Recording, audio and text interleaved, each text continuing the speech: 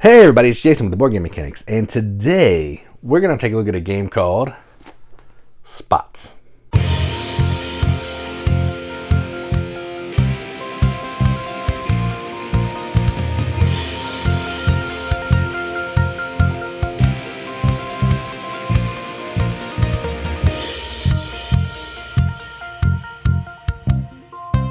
Spots is a game published by CMYK Games, designed by... Does it have the designer's name on it? That's probably in the box. Oh, shoot. Let me see. I got to get it open. Oh, man. The rules are at the bottom. What an idiot.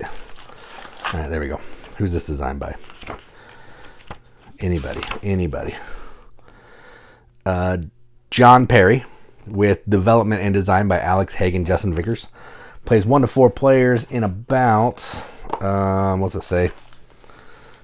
30 minutes. Probably accurate. It says 10 plus on the box, but I think you could play it with someone who's younger than that if they understand some core concepts. This is effectively a trick-taking game where you are putting spots on dogs, or maybe piles of dirt, or maybe the moon. You're just using pips of dice to be spots to fill out these dog cards, kind of like this. There you go.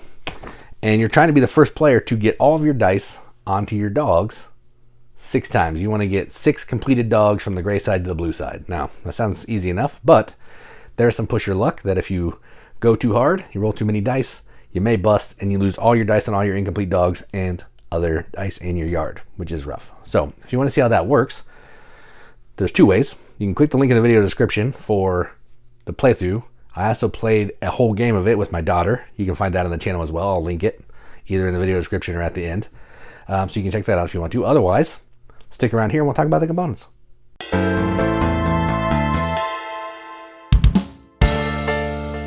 All right, so the components. Let's look at the box size. The box size is not super crazy. I appreciate that. I like small boxes that pack some punch, which is here. Rule book, same size.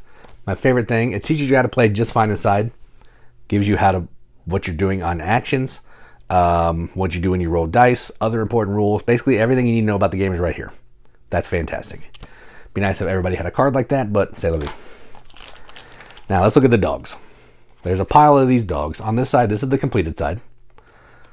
Then on this side, this is the side you're trying to get dice. And you can see the dice are in red, outlined in a square to look like dice spaces. So this one needs a 5 and a 3 to complete. You do that, you flip it, you get your dog. Tons of different cute dogs. I'll show you some of them. Let me find my favorite one because it's hilarious. Dog smelling another dog's butt. That's funny. So yeah, tons of dogs. Cute art, adorable, funky. Love it. Bones. You got some bones that are going to be your reroll tokens. Again, it could just be a chit, but bones are cooler. Whole pile of dice.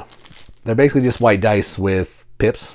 I don't think there's anything special about them. Maybe the pips are laid out differently, but I don't know. Just a bag of white dice. And here's the crux of the game. You have all of these tiles. Every player's going to get a backyard where you're going to be burying your dice. It's going to cause you to bust. That's why it's a funky art. All the art's different on these 2, which is pretty fun.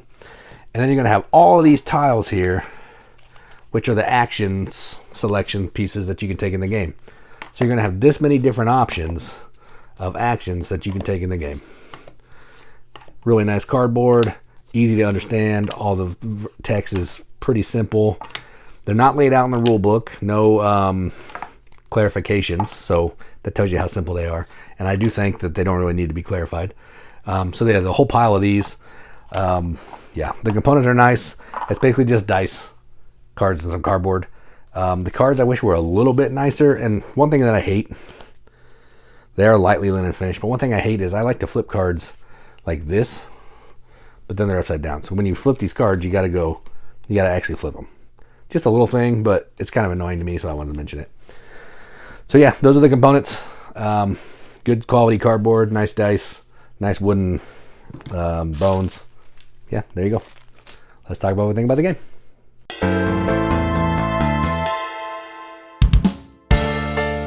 All right, so this is a pretty simple game. If you watch the playthrough, you're going to see you're just rolling dice trying to fulfill contracts. Think of the game Roll For It if you ever played that.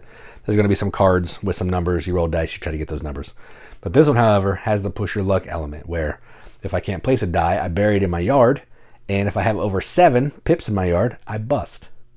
Kind of like Quacks of Quedlinburg. I get over 7 value of white chips, I bust. So it takes some pieces of other games, merges them together, comes up with this one. This is super fun. Like I said, I played it with my 10-year-old daughter. She had a fantastic time. We played it about 4 or 5 times. She played it with some friends, her cousins. She taught it to them. They had fun.